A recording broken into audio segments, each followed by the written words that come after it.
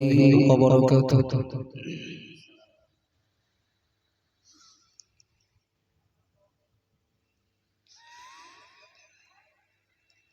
الحمد لله نحمده ونستعينه ونستغفره ونؤمن به ونتوكل عليه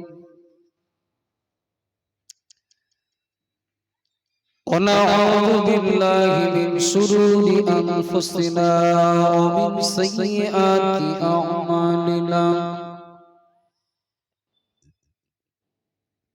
من يهده الله فلا مضل له ومن يضلله فلا هادي له وأشهد أن لا إله إلا الله وحده لا شريك له ونشهد أن سيدنا ونبينا ومولانا محمدا صلى الله عليه وسلم عبده ورسوله إن الله وملائكته يصلون على النبي يا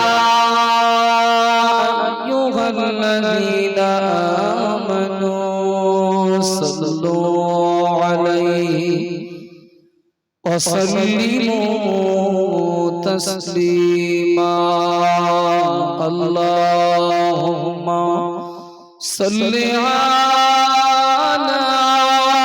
سيدنا مولانا محمد وعلى آل سيدنا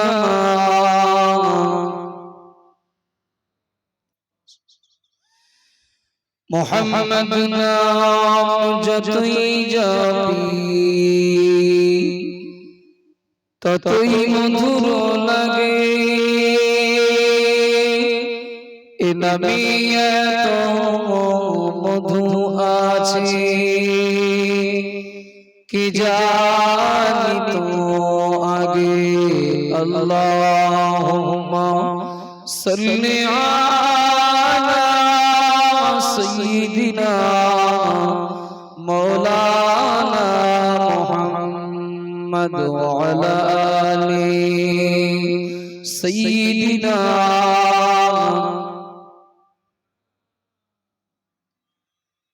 أما بعد أعوذ بالله من الشيطان الرجيم بسم الله الرحمن الرحيم إن الدين عند الله الإسلام قال الله تعالى في كلامه المجيد والفرقان الحميد يا أيها الذين آمنوا ادخلوا في السلم كافة قال النبي صلى الله عليه وسلم من كان لله كان الله له أو كما قال عليه السلام সম্মানীয় আজকে সভার সভাপতি সাহেব আমন্ত্রিত উলামায়ে কেরাম আমার আগে বক্তব্য রাখছিলেন আমার অত্যন্ত প্রিয় ভাই যোগ্য আলেমে দ্বীন সুবক্তা जनाब अलहाज हाफिज मौलाना मुफ्ती अब्दुल कय्यूम साहेब भाईजान अब्दुल कय्यूम नादवी साहेब सम्मुखे बसे आछे माइकेर आवाजे आछे दिन दरदी प्रेमिक आल्लाह वाला बाप भाईरा पर्दार आড়ালে माइकेर आवाजे अवस्थिता स्नेहमयी ममतामयी मा ओ बोनेरा আল্লাহ শুকরিয়া আদায় করছি যে আল্লাহ পাক রব্বুল আলামিন এখানকার অর্থাৎ শঙ্করপুরের এই মহল্লার জওয়ান যুবক ভাইদের অক্লান্ত পরিশ্রমে এবং স্থানীয়দের সার্বিক সহযোগিতায় এই পবিত্র মজলিসের আয়োজন করার এবং আমাদেরকে বক্তা শ্রোতা হিসাবে শরীক হওয়ার তৌফিক আল্লাহ দিয়েছেন। তার জন্য শুকরিয়া আদায় করি, মহব্বতে বলি আলহামদুলিল্লাহ। প্রিয় নবীর প্রতি অসংখ্য দরুদ ও সালাম, সকলে বলি সাল্লাল্লাহু আলাইহি ওয়াসাল্লাম। প্যার হাজিরিন, আমার পূর্ব মুহূর্ত পর্যন্ত আলহাজ হাফেজ মাওলানা মুফতি আব্দুল কাইয়ুম নাদভী সাহেব ভাইজানের কাছ থেকে অত্যন্ত মূল্যবান ওয়াজ ও নসিহত আপনারা শুনছিলেন। তিনি কেমন বক্তব্য রাখেন আমি কম বেশি তার বক্তব্য সম্পর্কে জানি, কিন্তু দুঃখজনক বিষয় হলো মজলিসটা এতটাই বেমানান। আমার আগে ভাই বলছিলেন, বলে দেখলেন যে এখন তাবারক দেওয়া হবে, তাও এই ঔষধেও কাজ হলো না। আসলে মজলিসে টোটাল যা শ্রোতা আসেন, এক কড়া খিচুড়ি হলে আপনারা খেয়ে পারবেন না। কতটা করেছেন যদিও আমি জানি না। তো এর পরেও সকালবেলা হয়তো কারোর অভিযোগ শুনতে হবে, কারোর একবার দিয়েছে আর দেয়নি, কারোর হয়তো একটু বাড়ি নিয়ে যাওয়ার ইচ্ছা ছিল কিন্তু বলার পরেও দাবি পূরণ হয়নি। তো যাক, মজলিসের অবস্থা বুঝে বক্তব্য হবে। আপনারা কেউ যেন ভাববেন না যে আমি এখন উঠেছি মানে একদম ঘড়ি ধরে 2 ঘন্টা বলবো। আমার ইচ্ছা থাকলেও, মানসিকতা থাকলেও, পরিবেশের সাথে সামঞ্জস্যতা রেখে কিছু সময় কিছু কথা আলোচনা করে মজলিসের সমাপ্তির দিকে নিয়ে যাব। কোরআন শরীফে মহান আল্লাহ পাক রব্বুল আলামিন বলেছেন, ইন্নাদ দীনা ইনদাল্লাহিল ইসলাম। জমিনের মালিক আল্লাহ, আসমানের মালিক আল্লাহ, আমাদের মালিক আল্লাহ, तमाम সৃষ্টি জগতের মালিক যে আল্লাহ, সেই আল্লাহর ঘোষণা আমার মনোনীত দ্বীন হলো ইসলাম। আমরা এক একটা ব্যাপারে এক একজন আমাদের ভালোবাসার মানুষের আমরা অনুকরণ করি। কেউ দেখবেন কারোর অনুকরণ করে জামা পরে, কেউ কারোর অনুকরণ করে প্যান্ট পরে, কেউ কারোর অনুকরণ করে মাথার চুল কাটে, কেউ কারোর অনুকরণ করে হাতে ঘড়ি পরে। যিনি যাকে দামি এবং তার প্রিয় ব্যক্তি বলে মনে করেন, দেখবেন তাকে অনুসরণ করেন। তার কোনো না কোনো কিছু বাস্তব জীবনের রূপ দেন। এটা হলো তার ভালোবাসার একটা বহিঃপ্রকাশ। তো দুনিয়ার কোন মানুষ তিনি যিনি হন, তিনি খেলোয়াড় হন, তিনি কোন গায়ক গায়িকা হন, তিনি কোন নায়ক নায়িকা হন, বা তিনি কোন সরকারি উচ্চ পদস্থ আধিকারিক হন, যারাই হন, আমরা যাদেরকে ভালোবেসে তাদের পোশাক পরিচ্ছদ, তাদের চলাফেরা, তাদের আচার আচরণের অনুকরণ করি, মনে রাখতে হবে তারা সবাই কিন্তু সৃষ্টি। আমার কথা শুনছেন? তারা সবাই সৃষ্টি। আমার কিছু যুবক ভাইরা দেখবেন ছেঁড়া প্যান্ট পরে না, শঙ্করপুর গ্রামে কেউ পরে। গরিব মানুষ পড়লে বলবে ওর বাপের টাকা নেই তাই ছেঁড়া প্যান্ট পরেছে, আর ধনী লোক পড়লে ওটা স্টাইল।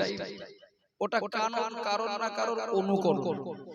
তো এই অনুকরণ গুলো যাকে অনুসরণ করে আমরা করি, সে ব্যক্তি যত দামি হোক, মনে রাখতে হবে সে কিন্তু সৃষ্টি, স্রষ্টা নন। স্রষ্টার কোন পছন্দের মূল্য যতটা, দাম যতটা, সৃষ্টির পছন্দের মূল্য বা দাম যতটা, তার তুলনায় স্রষ্টার পছন্দের মূল্যটা, দামটা বেশি হবে না কম? একটু কথা বলেন। সৃষ্টির কোন পছন্দের মূল্যের তুলনায় স্রষ্টার কোন পছন্দের মূল্য বেশি? এটা কি সন্দেহ আছে নাকি? মহান আল্লাহ বললেন, আমার পছন্দনীয়, আমার মনোনীত দিন হলো ইসলাম। সুতরাং এই ইসলাম নামীয় ধর্ম বলি আর দিন বলি, যেহেতু এটা স্রষ্টার মনোনীত, সুতরাং এই দিন, এই ইসলামের দাম অনেক। একটু বলেন সুবহানাল্লাহ, আর একটু মহব্বতে বলেন না সুবহানাল্লাহ। কিছু মনে নিলে হবে না। এখন তো লোকসভা ভোটের প্রস্তুতি চলছে।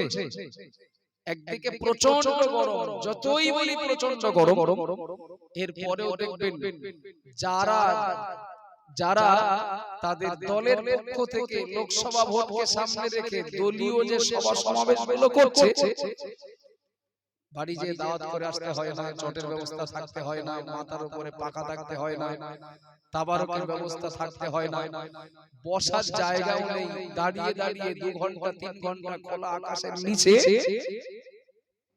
বক্তব্য শুনছেন। ঠিক বলছি না ভুল বলছি? একটু কথা বলেন। কোনো অভিযোগ নেই, বক্তা আসার কথা ছিল একটার সময়, এসেছে 2টোর সময়, কোনো ব্যাপার নেই, কোনো সমস্যা নেই। যারা খোলা আকাশের নিচে বসার জায়গা ছাড়াই দাঁড়িয়ে দাঁড়িয়ে ঘন্টার পরে ঘন্টা কাটায়, রাজনীতিটাকে, পার্টিটাকে এবং পার্টির নেতৃত্বদেরকে ভালোবেসে, ওদের ভিতরে শতকরা 2-5 জন মুসলমান আছে বলে মনে হয়?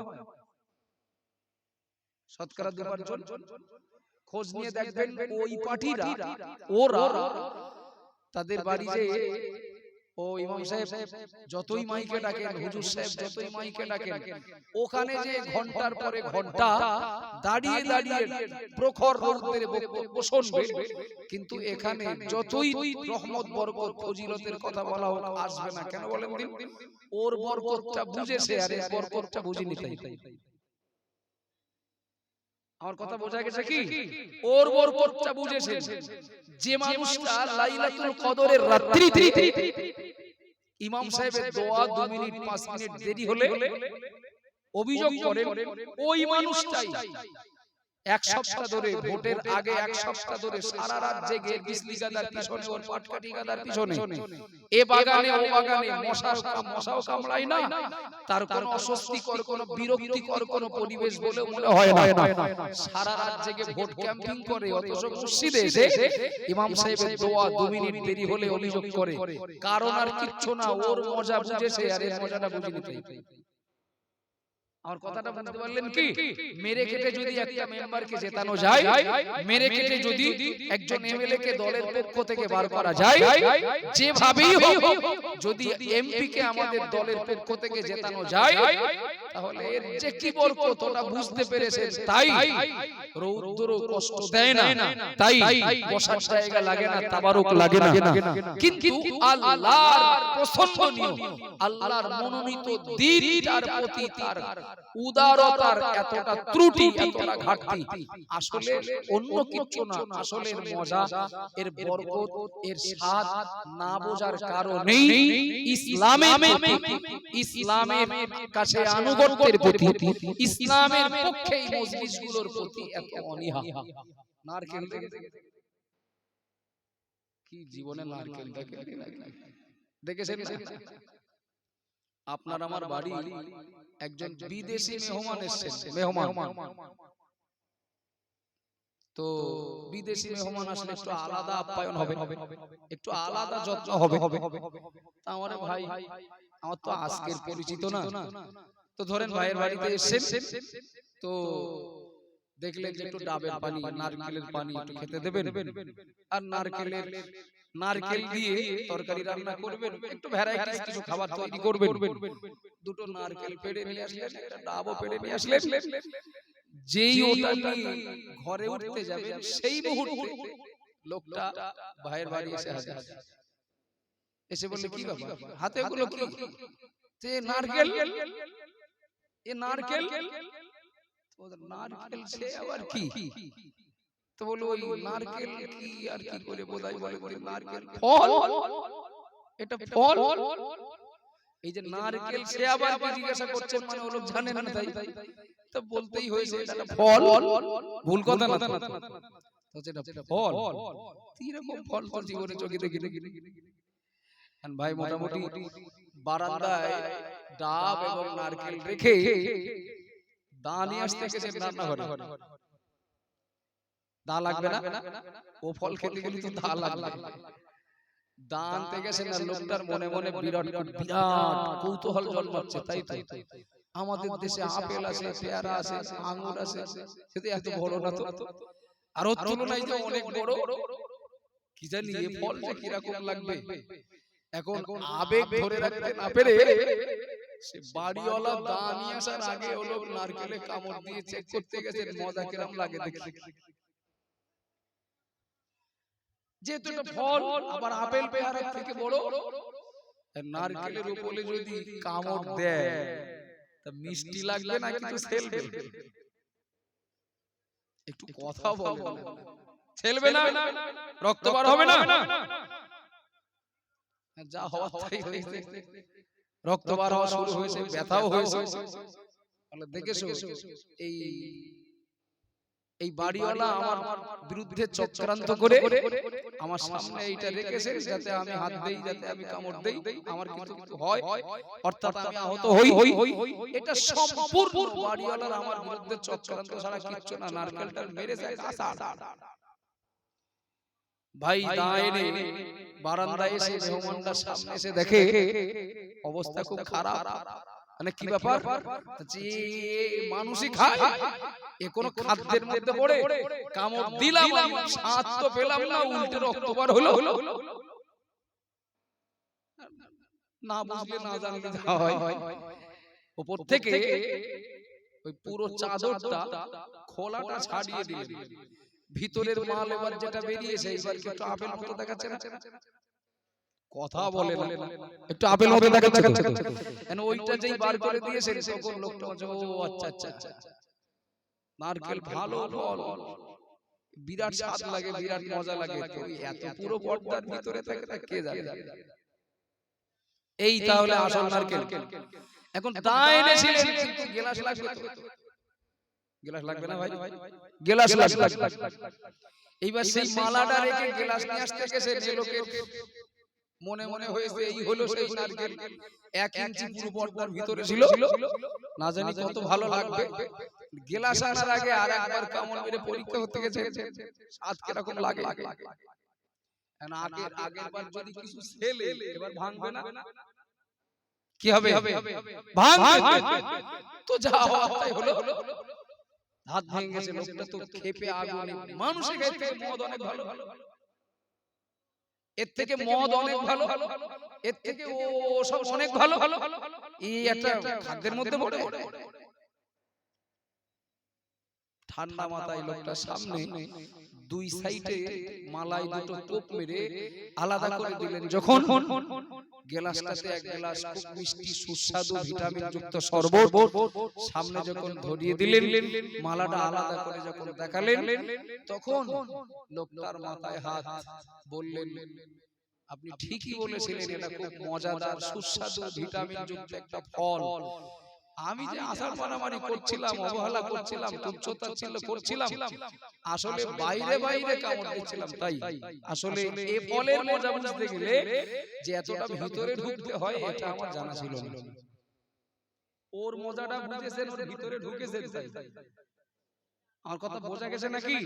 ও দলে থাকলে একটা টালি যদি নাও ভাঙে, দলের পক্ষে থাকলে আমফানের ফুল ক্ষতিপূরণ পাওয়া যাবে। ওর মজা বুঝেছেন। দলের পক্ষে থাকলে আদৌ কিছু ক্ষতি না হলেও, যেটা অন্য গরিব ক্ষতিগ্রস্ত মানুষদের হক, এর পরেও অতিরিক্ত পাওয়া যাবে। ওর মজা বুঝেছেন। তাই প্রখর রোদ্রে, টানা রোদ্রে দাঁড়িয়ে বক্তব্য শোনেন, তাবারক লাগে না। আরে ইসলাম এত ভালো ফলটাকে আসার মারছেন, তুচ্ছতাচ্ছিল্য করছেন, অনীহা করছেন, আসলে বাইরে কামড় দিলে যা হয়। রাগটা হচ্ছে নাকি আমার উপরে? রাগ হলে আর দাউদ করবেন না, তাছাড়া কিছু করতে পারবেন না। আব্বাজান বারবার দিন মা বোনেরা মনে রাখবেন মহান আল্লাহ পাক রব্বুল আলামিন ইসলাম ধর্মাবলম্বী মানুষদেরকে লক্ষ্য করে বললেন ইয়া আইয়ুহাল্লাযীনা আমানু এ দুনিয়ার ঈমানদারেরা এ দুনিয়ার বিশ্বাসীরা ইসলাম কবুল করা মানুষেরা শোনো আমি আল্লাহ তোমাদেরকে বলছি আমার মনোনীত দ্বীন যারা গ্রহণ করেছো এটা একটা ভালো ফল এটা একটা ভালো ধর্ম এটা একটা ভালো দ্বীন আমি আল্লাহ তোমাদেরকে বলছি এর স্বাদের মজা যদি বুঝতে চাও এর স্বাদের মজা যদি বুঝতে চাও ইসলাম গ্রহণ করার বিনিময়ে এর পুরস্কার যদি তোমরা লাভ করতে চাও আমি আল্লাহ তোমাদেরকে বলছি উদখুলু ফিস-সিলমি কাফা ইসলামের ভিতরে তোমরা সম্পূর্ণভাবে প্রবেশ করো না বাইরে বাইরে নয় বাইরে যদি কামড় দাও তাহলে ফলের স্বাদ পাবে না যদি বাইরে চেক করতে যাও মজা লাগবে না আর তোমার ভিতরে ফলের প্রতি অনীহা ভাব দেখা দিতে পারে তাই মহান আল্লাহ পাক ইসলাম ধর্ম অবলম্বীদেরকে বললেন তোমরা ইসলামের ভিতরে সম্পূর্ণভাবে প্রবেশ করো ও বাবাজিরা ভাইরা মনে রাখবেন এখানে আপনারা যারা রয়েছেন আমি আপনাদেরকে জিজ্ঞাসা করছি একটু দয়া করে বলবেন নাকি যারা ইসলাম মানেননি ইসলাম গ্রহণ করেননি আল্লাহ তো তাদেরকে বলেননি যে তোমরা ইসলামের ভিতরে সম্পূর্ণভাবে প্রবেশ করো বরং ইসলামটাকে গ্রহণ করেছেন যারা আল্লাহ তাদেরকে বললেন তোমরা ইসলামের ভিতরে সম্পূর্ণভাবে প্রবেশ করো কারণ অন্য কিছু নয় একজন মানুষ পূজা করে জাহান্নামে যাবে একজন মানুষ মূর্তি পূজা করে জাহান্নামে যাবে একজন মানুষ চাঁদ সূর্য পূজা করে জাহান্নামে যাবে পাথর পূজা করে জাহান্নামে যাবে এটা দুঃখের নয় এটা আফসোসের নয় এটা স্বাভাবিক ব্যাপার একজন মানুষ বেঈমান কাফের মুশরিক হওয়ার জন্য জাহান্নামে যাবে এটা আশ্চর্য হওয়ার ব্যাপার নয় এটা তো স্বাভাবিক কিন্তু কেউ আল্লাহর মনোনীত দ্বীনটাকে গ্রহণ করে জাহান্নামে যাবে এটা অত্যন্ত দুঃখজনক এটা অত্যন্ত দুর্ভাগ্যজনক তাই মহান আল্লাহ পাক ইসলাম ধর্ম অবলম্বী মানুষগুলোকে জাহান্নামে যেতে দেবেন না বলে এরা জাহান্নামে যায় মহান আল্লাহ চান না বলে আল্লাহ ইসলামের ভিতরে থাকার পুরস্কার ইসলাম ধর্ম অবলম্বীদেরকে বুঝে দেওয়ার জন্য বললেন তোমরা ভিতরে প্রবেশ করো ভিতরে প্রবেশ করলে স্বাদ বুঝবে এর ভিতরে প্রবেশ করলে মজা বুঝবে বন্ধ করে দেন আপনাদের অসুবিধা হচ্ছে নাকি বাইরে কামড় দিলে বলো ফেলবে ভাঙবে বিরক্তি লাগে ভিতরে ঢোকো ভিতরে ঢুকলে দেখবে মজা লাগবে ভিতরে ঢুকলে উপকার পাবে আব্বাজান বারবার দিন মা বোনেরা মনে রাখবেন ভুল বুঝবেন না বেয়াদবি নেবেন না আবু জেহেলের বাড়িতে কাজ করতেন একজন দাসী নাম তার সুমাইয়া রাদিয়াল্লাহু তাআলা আনহা আম্মাজান সুমাইয়া আবু জেহেলের বাড়ির দাসী হিসাবে কাজ করতেন ও বাবাজিরা ভাইরা মনে রাখবেন সারা দিন আবু জেহেলের চক্রান্ত হলো আবু জেহেলের ষড়যন্ত্র হলো নবী মুহাম্মদ রাসূলুল্লাহ সাল্লাল্লাহু আলাইহি ওয়াসাল্লামের ক্ষতি করা ইসলামের ক্ষতি ইসলাম প্রচারে বাধা দেওয়া কলেমার প্রচারে বাধা দেওয়া ও বাবাজিরা ভাইরা মনে রাখবেন আবু জেহেল সকালবেলা ঘুম থেকে উঠে আর ঘুমানো পর্যন্ত আবু জেহেলের সারা দিনের প্ল্যান পরিকল্পনা থাকে কর্মসূচি থাকে ইসলাম ও নবীর বিরুদ্ধে চক্রান্ত করা ষড়যন্ত্র করা ও বাবাজিরা ভাইরা মনে রাখবেন ওই আবু জেহেলের বাড়ির দাসী নাম তার সুমাইয়া কোন একদিন ঈমানের কালেমা পড়ে মুসলমান হয়ে ইসলামের ভিতরে প্রবেশ করলেন একটু জোরে বলুন সুবহানাল্লাহ আর একটু মহব্বতে বলুন সুবহানাল্লাহ ও বাবাজিরা ভাইরা মনে রাখবেন আমাদের পক্ষে কলেমা পড়া আর সুমাইয়ার পক্ষে কলেমা পড়া আসমান আর জমিন পার্থক্য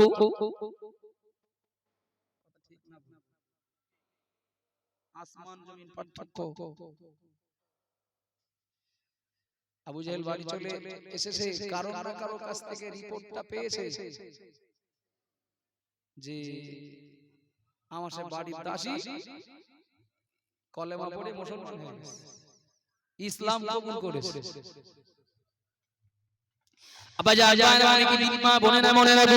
আবু জেহেল বাড়ি চলে এসে দাসী সুমাইয়াকে ডাকলো ও দাসী সুমাইয়া শুনলাম যেটা এরা ঠিক নাকি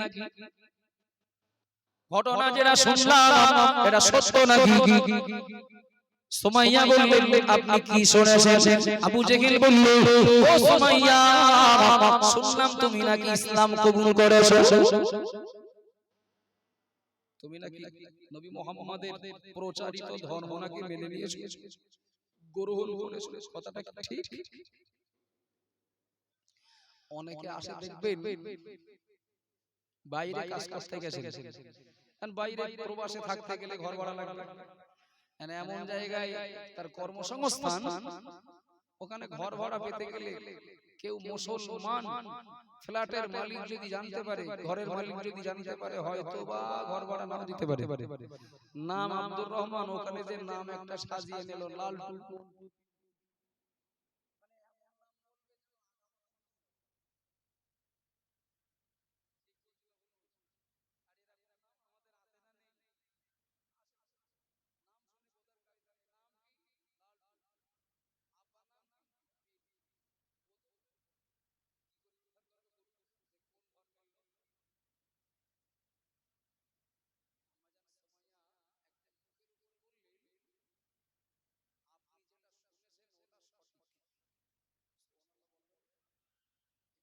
হয়ে বললেন না সুবহানাল্লাহ, ওটা সঠিক, আমি ইসলাম কবুল করেছি। তুমি কি জানো এই ইসলাম কবুল করার পরিণাম কি, এর পরিণতি কি? আবু জেহেল বলল তুমি কি জানো তোমার কি ভয়ঙ্কর পরিণাম হতে পারে? আম্মা জান সুমাইয়া বললেন ইসলাম কবুল করে আমি যে স্বাদ, আমি যে মজা পেয়েছি, এই ইসলাম কবুল করবার কারণে আপনি আমার উপরে যত জুলুম, যত অত্যাচারই করেন না কেন, ইসলাম থেকে আমাকে আলাদা করে দিতে পারবেন না। আর একটু জোরে বলবেন না সুবহানাল্লাহ। আমি যে স্বাদ, যে মজা পেয়েছি, এই স্বাদ, এই মজার কাছে আমার উপরে যদি দৈহিক জুলুম অত্যাচার করা হয়, এই জুলুমে অত্যাচার আমার কাছে তুচ্ছ। আবা যা যা রামানি দিন মা বোনেরা মনে রাখবেন, আম্মা জান সুমাইয়া রাদিয়াল্লাহু তাআলা আনহা, তিনি তো একজন মহিলা, একজন নারী। ও বাবা জিরা ভাইরা মনে রাখবেন, আমরা সামান্য কারণে, সামান্য স্বার্থে আমরা ইসলাম থেকে নিজেদেরকে আলাদা করে দিই। ইসলামের প্রতি আমাদের অনীহা ভাব, ইসলামকে তুচ্ছ তাচ্ছিল্য আমরা করে থাকি। কিন্তু মনে রাখবেন, আমার মন্তব্য হলো এটাই, মজা যদি না পায় তাহলে অনীহা ভাব প্রকাশ করে দূরে সরিয়ে দেওয়ার মানসিকতা আসবে। আর মজা বুঝতে পারলে না না না সেটা জড়িয়ে ধরার মানসিকতা তৈরি হবে। আম্মা জান সুমাইয়া রাদিয়াল্লাহু তাআলা আনহা, তাকে আবু জেহেল বলল ও সুমাইয়া তুমি জানো না কি ইসলাম গ্রহণ করবার পরিণাম তোমার কি হতে পারে? আম্মা জান সুমাইয়া বললেন আমার উপরে আপনার যা খুশি দৈহিক জুলুম অত্যাচার আপনি চালিয়ে যান, ইসলাম থেকে আমাকে আলাদা করতে পারবেন না। আবু জেহেল বলল কি একটা ঘোড়া নিয়ে আসলো, যে ঘোড়াটা বিরাট ছুটতে পারে, যে ঘোড়াটা বিরাট দৌড়াতে পারে, এমন একটা ঘোড়া নিয়ে আসলো, আর একটা দড়ি নিয়ে আসলো। ঘোড়া দড়িয়ে নিয়ে সুমাইয়াকে দেখাচ্ছে, সুমাইয়া দেখতে পাচ্ছ নাকি এই ঘোড়ার এই দড়ি, ঘোড়ার পায়ের সঙ্গে তোমার পা বেঁধে দেওয়া হবে, ঘোড়াটা খিকিয়ে দেওয়া হবে, ঘোড়াটা লেলিয়ে দেওয়া হবে। এই ঘোড়ার সঙ্গে পা বেঁধে দিলে তুমি তো হাঁটতে পারবে না, তোমার মাটিতে শুয়ে পড়ে তোমাকে ঘোড়ার সঙ্গে ছুটতে হবে, তোমার গায়ের চামড়া ছিঁড়বে, তোমার গায়ে রক্ত বার হবে, কতটা কষ্ট, কতটা জুলুম তোমার উপরে হবে তুমি বুঝতে পারছো। এখনো বলো তুমি ইসলাম ছাড়বে কিনা, ইসলাম থেকে নিজেকে আলাদা করবে কিনা? ও বাবা জিরা ভাইরা বোনেরা, আম্মা জান সুমাইয়া রাদিয়াল্লাহু তাআলা আনহা আবু জেহেলকে বলে দিলেন ও আমার মুনিব, আমাকে সব ভয় দেখাবেন না, আমি ইসলাম কবুল করেছি, এটাই আমার চূড়ান্ত সিদ্ধান্ত। এর পরিণামে, এর বিনিময়ে আমার উপরে আপনার যা করণীয় আপনি করুন। আবু জেহেল বলল ঘোড়ার পায়ের সঙ্গে সুমাইয়ার পাটা বেঁধে দিল, এবার ঘোড়াটাকে লেলিয়ে দিল, ঘোড়াটা খেতিয়ে দিল। ও বাবা জিরা ভাইরা মনে রাখবেন, যতটা সহজে বলছি আপনারা যতটা সহজে শুনছেন, বাস্তবটা অতটা সহজ নয়।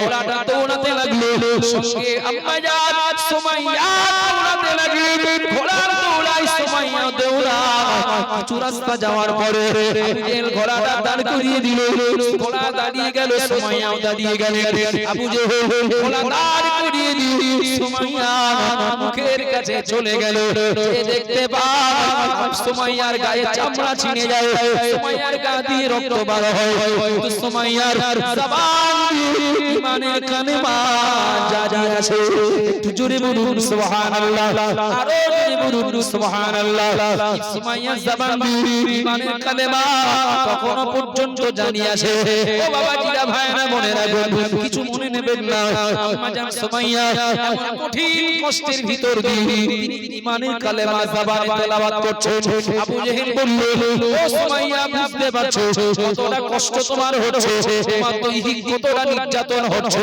সুমাইয়া তুমি বুঝতে পারছো এখনো যদি বলো তোমাকে ছেড়ে দিয়ে তোমার ডাক্তার করার ব্যবস্থা করা হবে তোমার চিকিৎসা করার ব্যবস্থা করা হবে সুমাইয়া এখনো বলো ইসলাম তুমি ছেড়ে দেবে কিনা ইসলাম থেকে আলাদা হবে কিনা কলেমাটা ছাড়বে কিনা আম্মা জান সুমাইয়া বললেন আমার গায়ের চামড়া ছিল আমার গায়ে রক্ত বার হয়ে যতটা না কষ্ট হচ্ছে ইসলাম থেকে আমাকে আলাদা হতে বললে তার থেকে আমার আরো বেশি কষ্ট হচ্ছে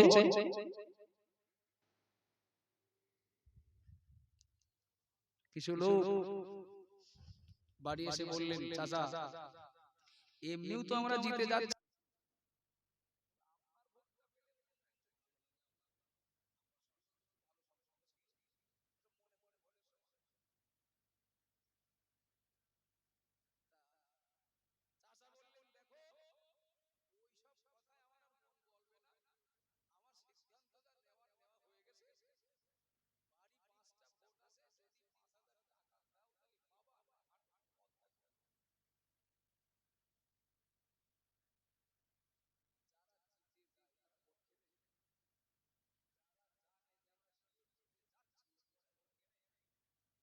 বলেন না কিনবে না শিওর জিতে যাচ্ছে পরেও ওটা কি 1000 দিলে হবে না ওই 5000 দিতে মনে করে দেখো আমার কি কি দাও আমি সেসব কথা বলবো না এখন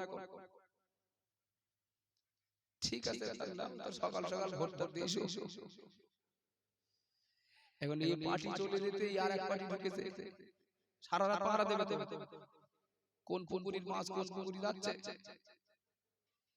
মানে চাচা কালকে তো সেই ভোট এমনি না বললে আমাদের দেবেন জানি তবু একটু সৌজন্যমূলক দয়া করতে আসলাম ভোট চাইতে আসে মানে সেও বলে লাভ নেই কথা ফাইনাল হয়ে গেছে কথা ফাইনাল হয়ে গেছে সে ওদের কথা দিয়ে ফেলেছে সে মানে কি রকম কথা ফাইনাল হলো কি রকম কথা দিয়ে ফেলেছে বলে ও কি আমার পাগল পেয়েছে নাকি আমার 5000 টাকা দেবে তাই ভোট দেব বলেছে খারাপ লাগছে নাকি আমার কথা শুনতে মানে এই পার্টির বক্তব্য কি জানেন মানে চাচা এখন ভোটের বাজার কি রকম গরম জানেন 5টা ভোট 5000 টাকায় রাজি হয়ে গেলেন আপনারা জ্ঞানী মানুষ এত কমে রাজি হয়ে গেলেন আমরা ওই 10000 টাকা আপনার বাড়ির জন্য নিয়ে আসলাম এই দেখেন কাছে কিনা কাছে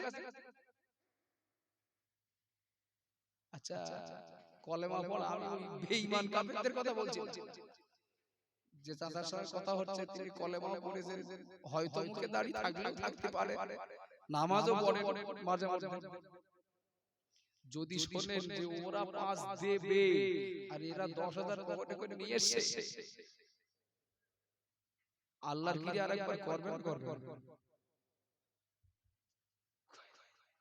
সাতচোড়া এই শঙ্করপুর গ্রামে সব হয় কথা বলবেন কি করে আমাদের ওদিকে বিরাট হয় বলেই দেখো তোমরা যদি সেই যদি 10 যদি দেওয়ার সিদ্ধান্ত নিয়েই থাকো আর বড় মুখ করে আসবে তখন আমি আর ফেরাবো না 10 যদি দাও তো তোমাদেরই দেবো ওদের বলিস তাই খোঁজে দেবো না মানে চাচা তো ওদেরও দেওয়া বললে কি দেবেন বললেন আমাদেরও দেবেন বলছেন আমরা কোনটা বিশ্বাস করি না আল্লাহর কি পশ্চিম দিক ফিরে বলছি এটা মিস হবে 10000 টাকা রেখে দাও ভোট তোমাদের মানে এই পার্টি যে ঢুকেছে সে আরেক পার্টি এখনো বাকি আছে তারা দেখে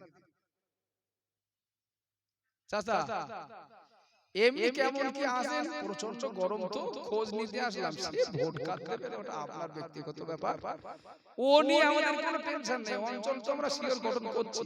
আর প্রধান কি হবে শুনেছেন? তা তো ওসব ভোট হলো না, প্রধান সব শিওর একদম একদম জিতেও যাচ্ছি। আর আমাদের একদম পরিকল্পনা হলো আমরা অঞ্চলটা গঠন করি ফার্স্ট এই বুথে। ওই সেই গীতাঞ্জলি যে ঘরটা আটকে আছে, সেই ভোটের জন্য বন্ধ হয়ে আছে, দিতে পারিনি, ওই ঘরটা আপনাকে দিয়ে শুরু করব। তারপরে কি সব বাড়ি সব কেমন কি আসে খোঁজ নিতে আসলাম, ভোট কাট দেবেন ওরা আপনারা। কিছু কথার মধ্যে কিছু বুঝতে পেরেছেন কি দেবে? অঞ্চল শিওর গঠন হচ্ছে, প্রধান নির্বাচন হয়ে গেছে, আর এই বুথের কাজ শুরু হবে আপনাকে প্রথম ঘন্টা দিয়ে। তাই চাচা ধাঁধায় পড়বে না, তাই তো যে ওরা তো 10,000 দিয়েছে, আর এরা ঘর দেবে যদি 1,20,000 যদি দেয়, 60 দিতে হবে না 80 দিতে হবে, 1,20,000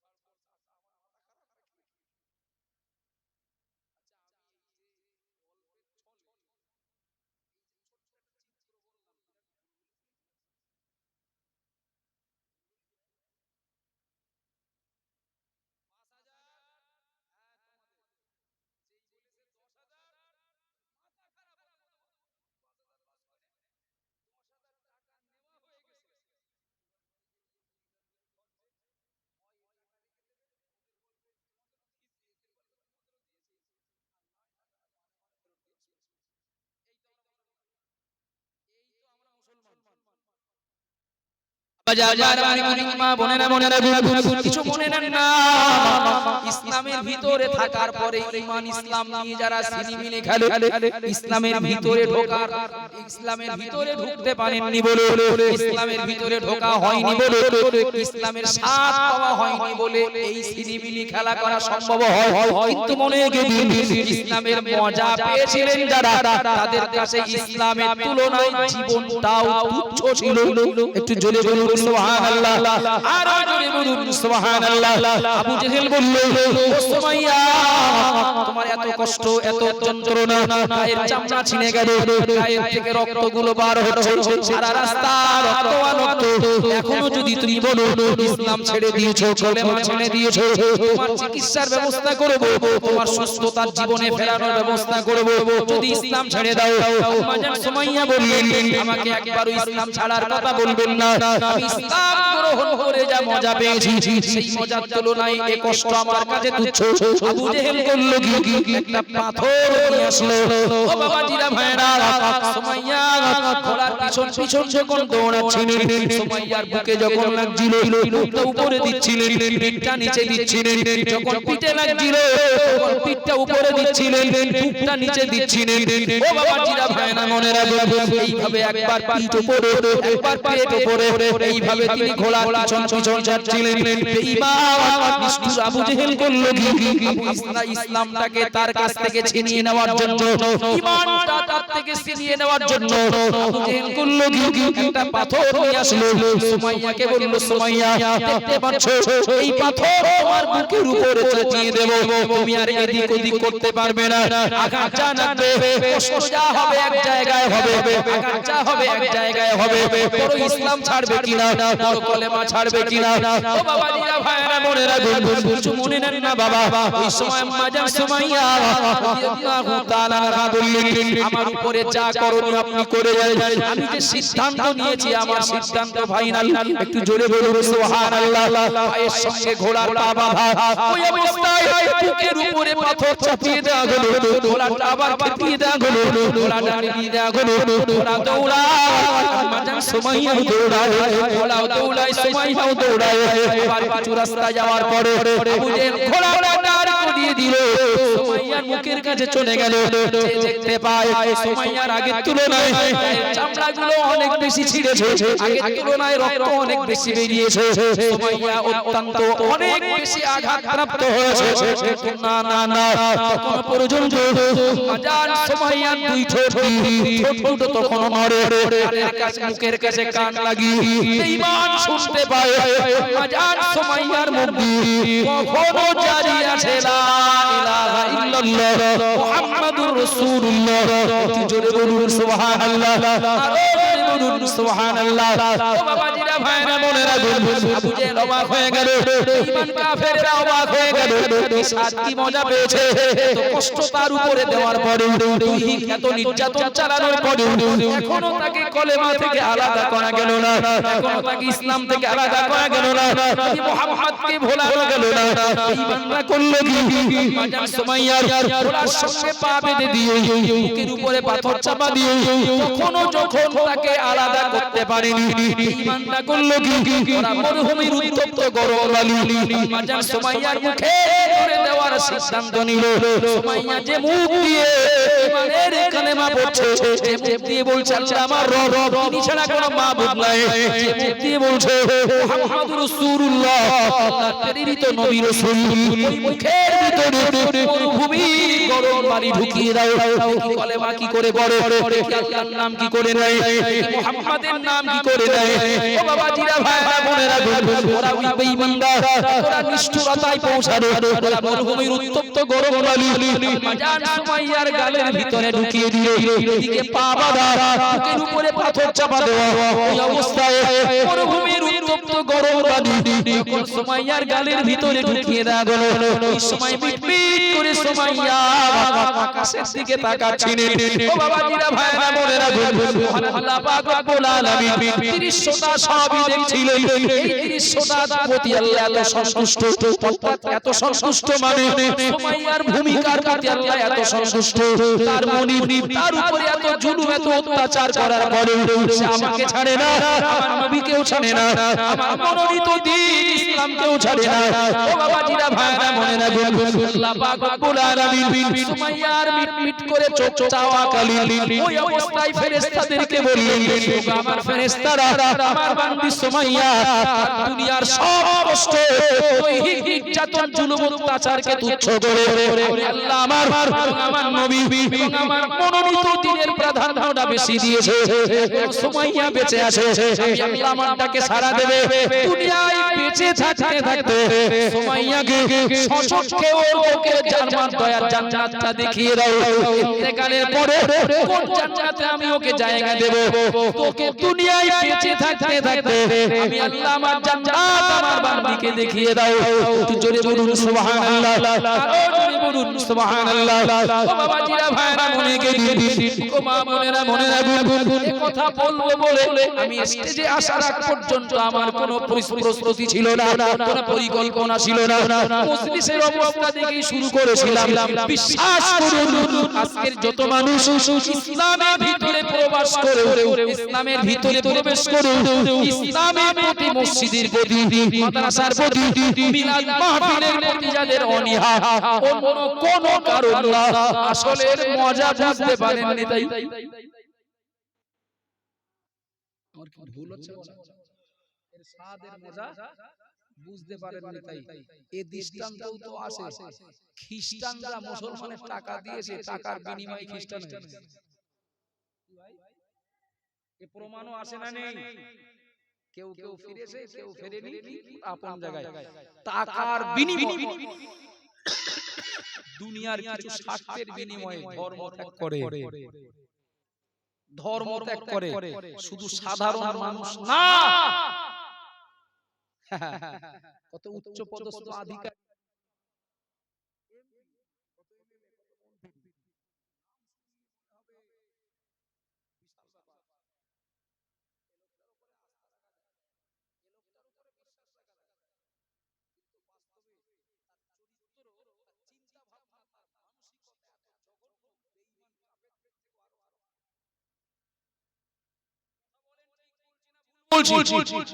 কত মুসলমান নেতা নেত্রীর প্রতি আপনি আস্থা রাখতে হয়তোই পারবেন, তাদের থেকে যে সহানুভূতি পাবেন, নামের আগে মুহাম্মদ রয়েছে, তাদের কাছ থেকে ততটুকু সহানুভূতি পাবেন না, উল্টে হয়তো আরো চক্রান্ত পাওনা হবে। ঠিক বলছি না ভুল বলছি? কত নায়ক দেখেন, কত নায়িকা দেখেন, শুধুমাত্র তার পজিশনটা মজবুত করার জন্য বাপ হাজী সাহেব, বাপ হাজী সাহেব দরকার নেই, বাপ একজন মুসলমান, সে মুসলমান ঘরের সন্তান, সে মুসলমান ঘরের ছেলে, সে মুসলমান ঘরের মেয়ে, আজ হয়তো নায়ক হয়েছে, আজ হয়তো নায়িকা হয়েছে, এই সোর্সে সে টাকা, বহু টাকা রোজগার করে, তার বর্তমান অবস্থানে প্রাধান্য দিতে গিয়ে সে তার ধর্মীয় পরিচয়টাকে তুচ্ছ করে দিয়েছে। কথা ঠিক বলছি না ভুল বলছি?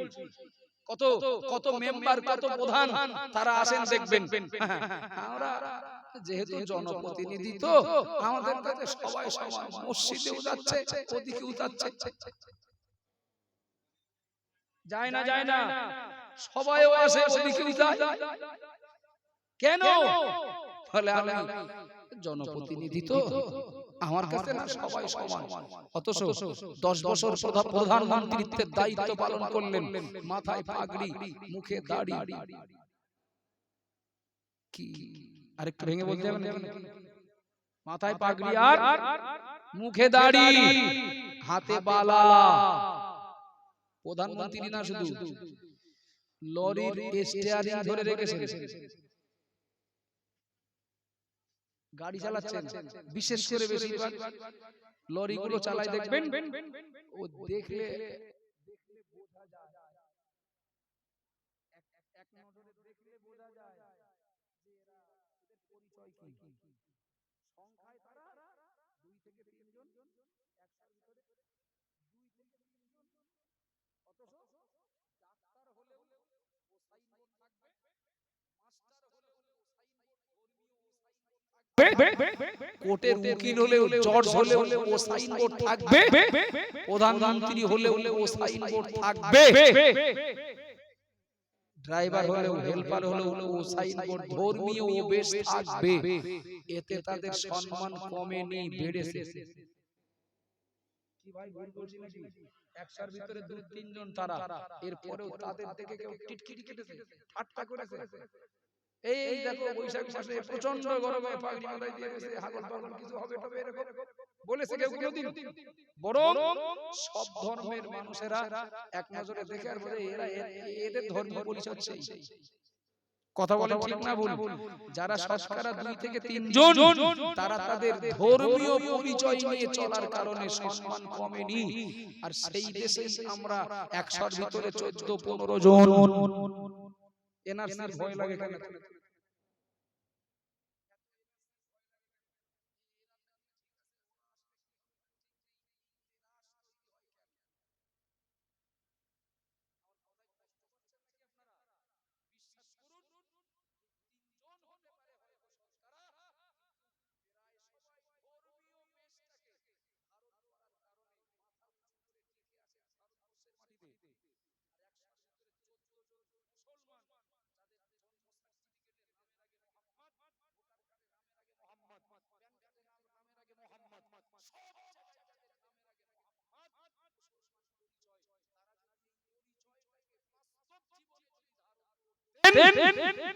বিশ্বাস করুন, মুসলমানদের মুসলমান হিসাবে সম্মান কমতো না, বাড়তো।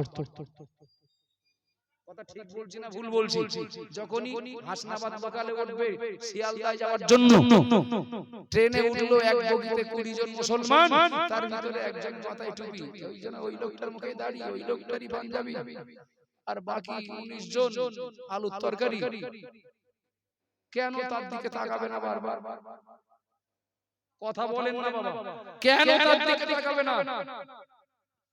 20 জন মহিলা, আমার ঘরের মা বোন একসঙ্গে গাড়িতে উঠলেন, একজনের ওড়না, একজনের বোরখা, একজনের পর্দা, আর বাকি 19 জন ওই আলুর তরকারি।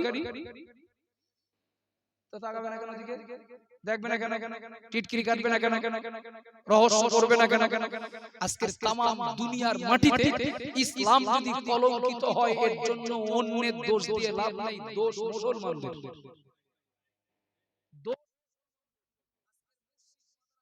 টুপি দাড়ি জুব্বা ওড়না বোরকা ইসলাম ও ইসলামের ঐতিহ্যগুলো যদি বেজ্জতি হয় অন্যের দোষ দেওয়ার দরকার নাই, স্বীকার করি দোষ আমাদের। আপনাদের উপরে আমার ব্যক্তিগত কোনো রাগ নেই যে জমি জায়গা টাকা পয়সা নিয়ে কোনোদিন ঝামেলা ছিল তার প্রতিশোধ নিলাম না। আজকের উপস্থিতির সংখ্যা এই হতে পারে এখানে কয়েকটা গুরুত্বপূর্ণ মিডিয়া আছে, এবং আমার বিশ্বাস মিডিয়াগুলোতে লাইভে এর থেকে বেশি শ্রোতা থাকলেও থাকতে পারে, তবে সুবিধা হচ্ছে ওদের তাবারক দিতে হবে না। সুতরাং কথাগুলো যদি ভুল বলে থাকি তাহলে আমাকে বলেন, আর যদি ঠিক বলে থাকি তাহলে কথাগুলো যদি একটু মানা যায়।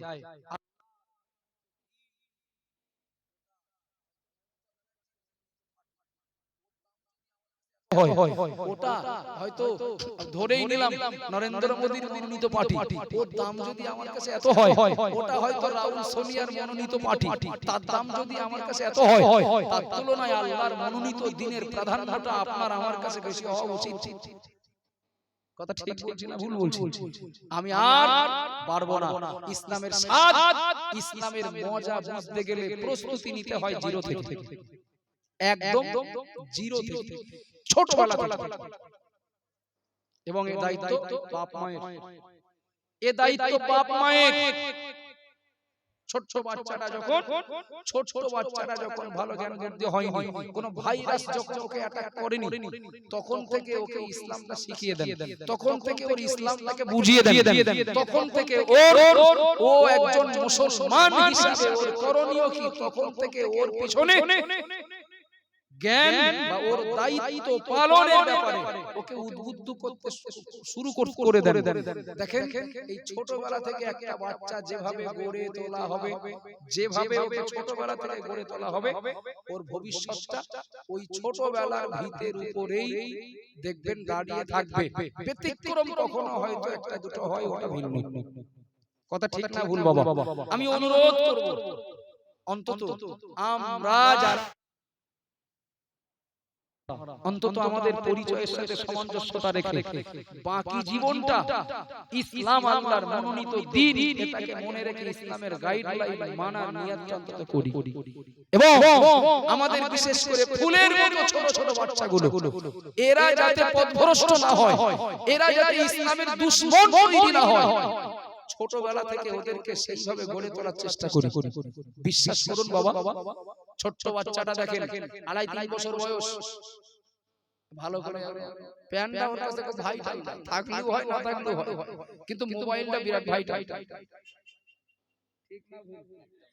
প্যান্টটা ওর কাছে ভাইটাল না, প্যান্ট থাকলেও হবে না থাকলেও হবে, এই গরমে তো না থাকলে ভালো হয়, কিন্তু মোবাইলটা ওর কাছে বিরাট ভাইটাল।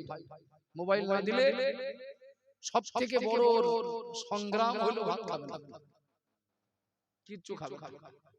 মা মোবাইলটা হাতে তুলে দিয়ে বিরাট সুবিধা, ভাত যদি না থাকে, যদি কাদা থাকে, ধুলোবালি থাকে, যদি মনে করে বাচ্চারা খাওয়াবেন, মোবাইলটা হাতে দিয়ে খাওয়াবেন, ও খাবে, ওর ওদিক মন থাকে না। চলেন, ছোট বাচ্চাটা ও একা একা লক খোলা শিখে গেছে, একবার আর নজরে দেখেছে, ছোট বাচ্চাটা অন করতে শিখে গেছে। ছোট বাচ্চাটা ওই ইউটিউব কোন অপশনেও বুঝে গেছে, ইউটিউবে যাই শুধু তাই না, বরং কোথায় হাত দিয়ে মুখে বললে চাহিদা মতো পাওয়া যায় সেই যায়। ও তো লিখতে পারে না, মুখে তো বলতে পারে, মুখে বলছে কার্টুন দাও দাও, ছবি দাও। পরে আমি শুনেছি যেখানে, আমি কি মঙ্গল গ্রহ থেকে এসেছি এখন, ওরা ওইসব চায় আসে কিছু মনে নেন না। ও তো মায়ের পেট থেকে নিয়ে আসি, মায়ের পেট থেকে তো মোবাইল নিয়ে আসি, মায়ের পেট থেকে ও তো ওই শিক্ষা নিয়ে আসি, নিশ্চয়ই পেয়েছে বাপ মার কারো কাছ থেকে, তো বাপের কাছ থেকে পাবে না, বাপে সেই সময় আসে পায় বেশিরভাগ 90% মায়ের কাছ থেকে। কথা ঠিক না ভুল? সুতরাং আমাদের ছোট ছোট বাচ্চাগুলো আমরা একটু তদারকি করি যে ওরা জন্মসূত্রে মুসলমান, ওরা জন্মসূত্রে ইসলাম পেয়েছে, অন্তত ইসলামের সঙ্গে ওরা যেন ছিনিমিনি না খেলে। এজন্য আমাদের গ্রামে গ্রামে দরকার মসজিদের তুলনায় মুক্তবের বেশি প্রয়োজন। ঠিক বলছি না ভুল বলছি? গ্রামে গ্রামে পাড়ায় পাড়ায় মহল্লায় মহল্লায় মসজিদের তুলনায় মক্তবের দরকার বেশি। একদম মসজিদ আপনার টালির চাল হোক, হয়তো বা ঘরের ছাউনি হোক, অসুবিধা নেই। গাছতলায়ও তো নামাজ হয় না, হয় না?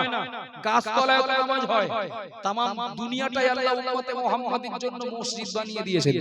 সুবহানাল্লাহ বলেন, একটু মহব্বতে বলেন।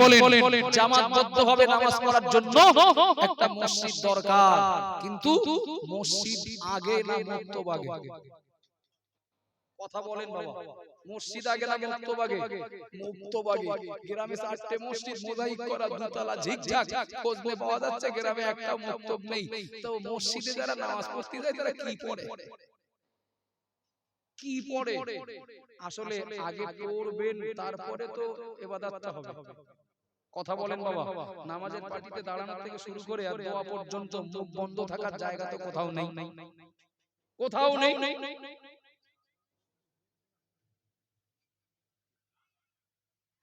তো আমি আপনাদের কাছে আমার মূল বক্তব্য শেষ।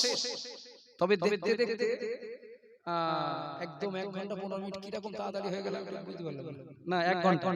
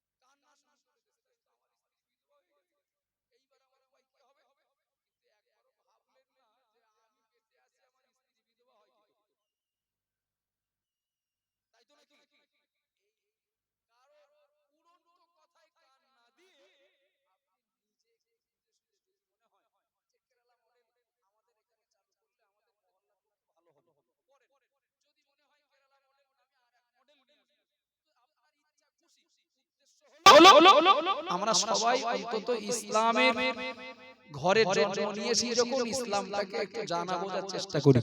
কেরালা মডেল না হোক, ও বসিরহাট মডেল হোক, ও ফুরফুরা মডেল হোক, ও বেঙ্গালোর মডেল হোক, যে মডেলই হোক সেখানে তো কোরআন শিক্ষা দেওয়া হবে, দ্বীন ইসলামের প্রয়োজনীয় জ্ঞান শিক্ষা দেওয়া হবে। কথা বলেন না বাবা। সুতরাং আপনাদের কাছে শেষ নিবেদন এতটুকু রেখে ভুল ত্রুটির জন্য ক্ষমা চাই। আসুন প্রিয় নবীর প্রতি মহব্বতে দাঁড়িয়ে একটু সালাম পড়িয়ে নবী সালাম।